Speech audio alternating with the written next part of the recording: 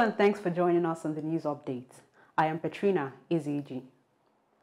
There is jubilation in Delta State following the Supreme Court's affirmation of Governor Sheriff Oborevwori as the duly elected Chief Executive of the state. A 5-member panel of the Apex Court dismissed an appeal by the All Progressives Congress, APC, and its candidate, Ovie Omoagege, challenging the result of the governorship election that held in the state on March 18, 2023. The Apex Court held that the appellant was unable to prove his case of overvoting and non-compliance with the electoral laws against Governor Oborevwori. The court, in its lead judgment delivered by Justice Inyang Okoro, held that the appeal lacked merit. The Apex Court also dismissed the appeal of the SDP candidate against Governor Oborevwori. But it's a different story in Nasarawa, where a protest against the Supreme Court's decision to uphold the election of Governor Abdullahi Sule has snowballed into a riot in Lafia, the state capital. Reports say shortly after the Supreme Court jurists upheld the election of Abdullahi Sule of the All Progressive Congress, supporters of the People's Democratic Party candidate in the election, David Ombugadu, barricaded the Lafia-Jos Road of the state to register their displeasure. The protest later led to blocking of roads and burning of tires, which led to shops and business centers, including schools within the Lafia metropolis, being closed. Nasarawa State is among 9 governorship election cases in which the Supreme Court gave judgment on Friday. To other matters now, Godwin Emefiele, the ex-governor of the Central Bank of Nigeria, has pleaded not guilty to the amended 20-count charge filed against him by the Economic and Financial Crimes Commission, EFCC. The former CBN governor is facing charges relating to procurement fraud amounting to 1.2 billion naira and was arraigned by the Federal Capital Territory High Court in Maitama, Abuja on Friday. The EFCC on Thursday filed an amended 20-count charge against Emefiele before the High Court. The charges were originally 6 counts, but were expanded to include offences such as criminal breach of trust, forgery, conspiracy to commit forgery, procurement fraud, and conspiracy to commit a felony. The EFCC alleged that the former CBN governor used his position to confer corrupt advantages in awarding contracts. The trial was adjourned to the 12th and 13th of February.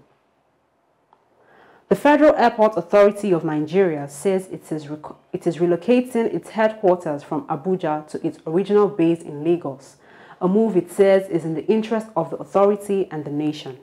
The revelation was made in a statement provided on Thursday by Obiageli Orah, Director of Public Affairs and Consumer Protection for Faan. Orah said the decision was taken after wild consultations with stakeholders, including aviation unions. She said the public had made inquiries about the directive of the Minister of Aviation and Aerospace Development, Festus Keyamo, to return the authority to Lagos, where it operated for decades until recently. She listed reasons for the decision to include lack of office spaces for those initially moved to Abuja, among others. Orah said the minister had begun plans to get concessionaires to build befitting offices for the authority in both Lagos and Abuja. No fewer than 2 persons have been confirmed dead in a communal clash between Otupo Ojile and Ochi Ibadan in Ankwa local government area of Kogi State. Several houses were equally razed with property worth millions of naira on both sides during the clash that reportedly took place on January 14. Trouble was said to have started when some villagers in Ochi Ibadan allegedly killed a man from Otupo Ojile who was returning from Lagos State. Some youth from Otupo Ojile, in a reprisal attack, went straight to Ochi Ibadan and allegedly burnt down over 70 houses. Confirming the incident, the member representing Ankwa State constituency, Akus Lawal, condemned the clash while commending the timely intervention of the police and other security agencies. Lawal raised the incident on the floor of the State House of Assembly during plenary on Thursday and described the clash as very worrisome, but appealed to both sides to embrace peace. In foreign news, the long-awaited trial of a child soldier turned commander in the notorious Lord's Resistance Army, LRA, has begun in Uganda. Thomas Koyelo faces as many as more than 90 charges, including murder, rape, and the recruitment of child soldiers. He becomes the first LRA commander to be tried by a Ugandan court, marking a watershed moment for the country's judicial system. During a court appearance in 2011, Koyelo denied the charges against him. He has spent the last 14 years in pretrial detention, which analysts partly attribute to the scale and complexity of the alleged crimes. In business news, the federal government says it is in support of Shell's decision to exit onshore production and would give consideration to the firm's assets on sales. On Tuesday, the British oil major announced plans to sell its Nigerian onshore assets to Renaissance, a consortium of local companies, for over $1.3 billion. The deal had come almost 3 years after the giant energy firm sought to sell its Nigerian oil and gas business in 2021.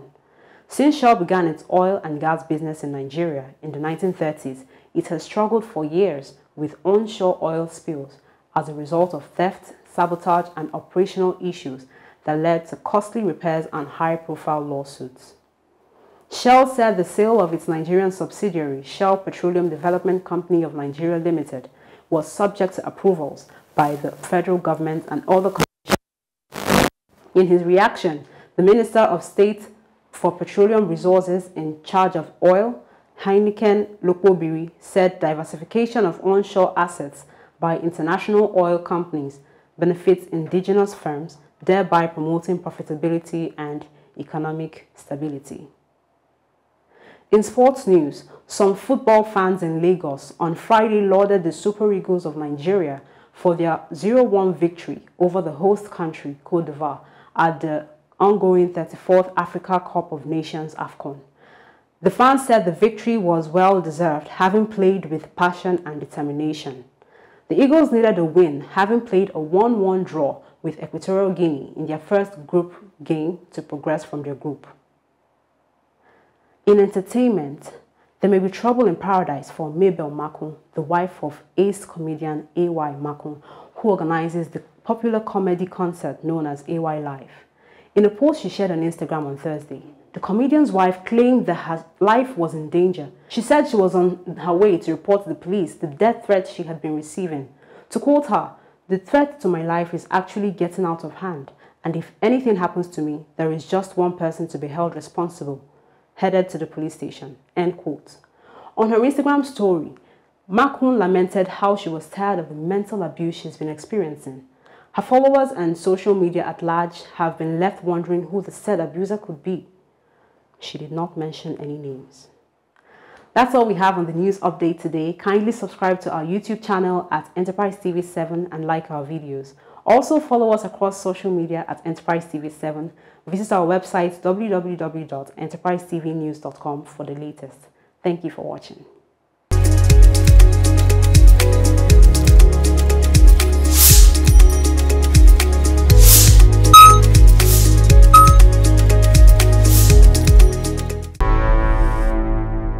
Enterprise TV, a tradition of truth.